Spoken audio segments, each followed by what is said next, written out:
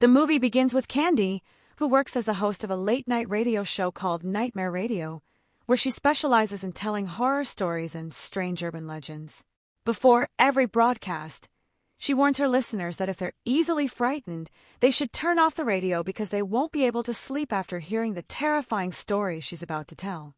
Candy always records her show alone, so she can fully immerse herself in the creepy atmosphere, just like her audience. One day, she receives a tube of red lipstick from a man named Jack. She loves the color, and he tells her he's a huge fan of her voice and the way she tells stories.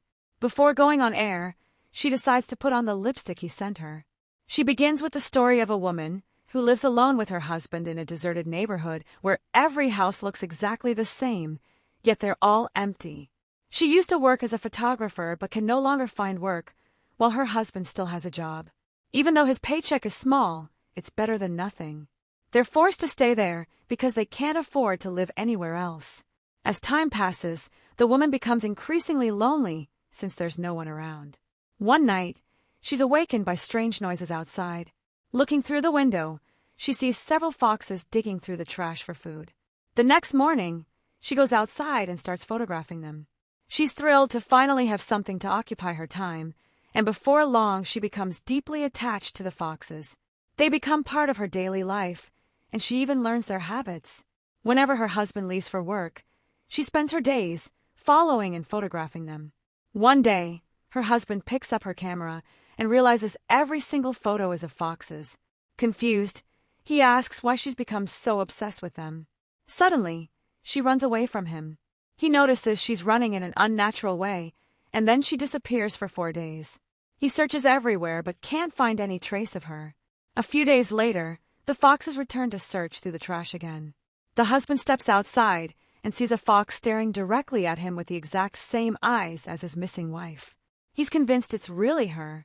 The story ends there, and Candy asks her listeners whether they believe the fox truly was the wife or if the husband was simply hallucinating.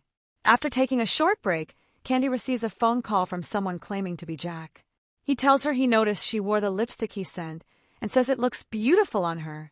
Candy is immediately frightened and feels as though someone is watching her. Still, she convinces herself it's probably just a prank, hangs up, and continues the show.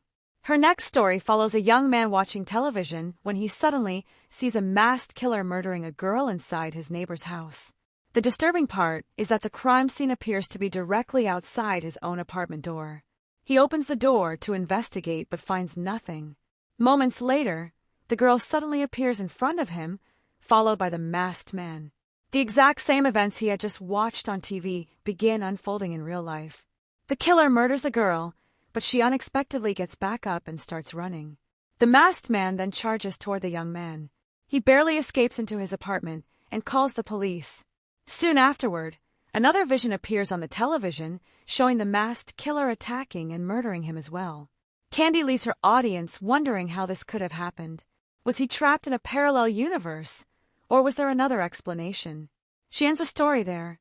Jack calls again and asks if he can tell her a story this time. She agrees. He explains that he once met a beautiful woman in a bar. She pretended to like him, ordered expensive drinks on his tab, then mocked him with her friends before walking away. Candy suddenly realizes he's talking about her. She apologizes sincerely, but Jack laughs coldly. "No," he says, "I'm not accepting your apology that easily. You're going to pay for everything you did." Then he hangs up. Candy resumes her broadcast and tells another story about the ghost of a nurse haunting an abandoned hospital. The legend has become so famous that a movie producer and his assistant decide to investigate it themselves because he wants to turn the story into a horror film. The assistant explains that, according to local legends, the ghost belonged to a nurse who lived 100 years earlier. She had been locked inside a room where she repeatedly cried, "I just want my baby." As the producer records everything on his phone, the assistant reveals that the nurse eventually smashed a window and took her own life. While exploring the hospital, they constantly feel as though someone is following them. They hear strange noises but ignore them.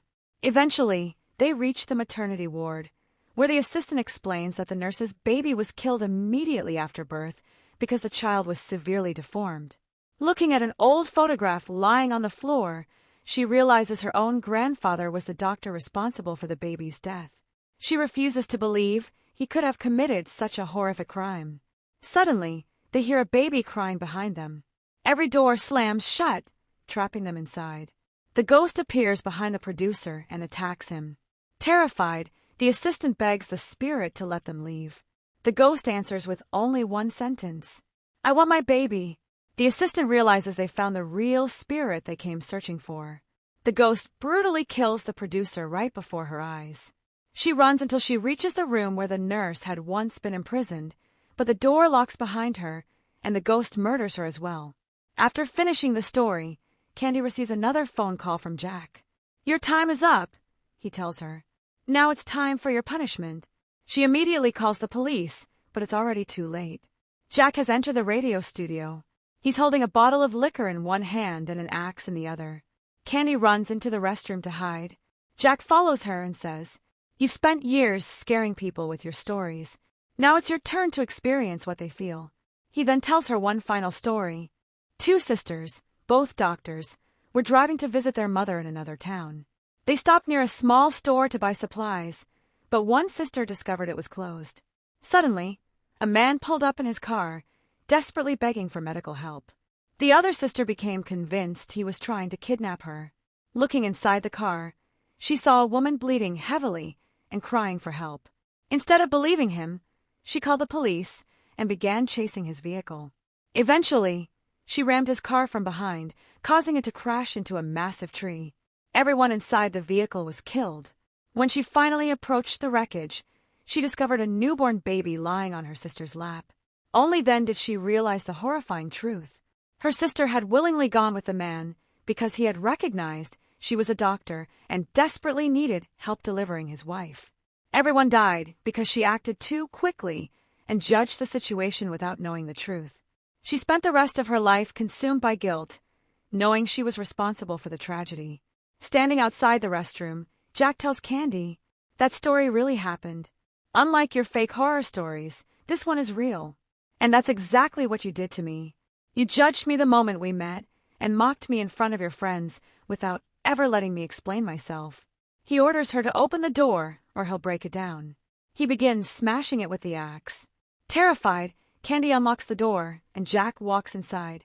Sometime later, Candy walks out of the restroom alone and calmly returns to the microphone. The studio is covered in blood. She looks into the microphone and says, "Tonight, I'm going to tell you a true story. It happened right here, inside this restroom."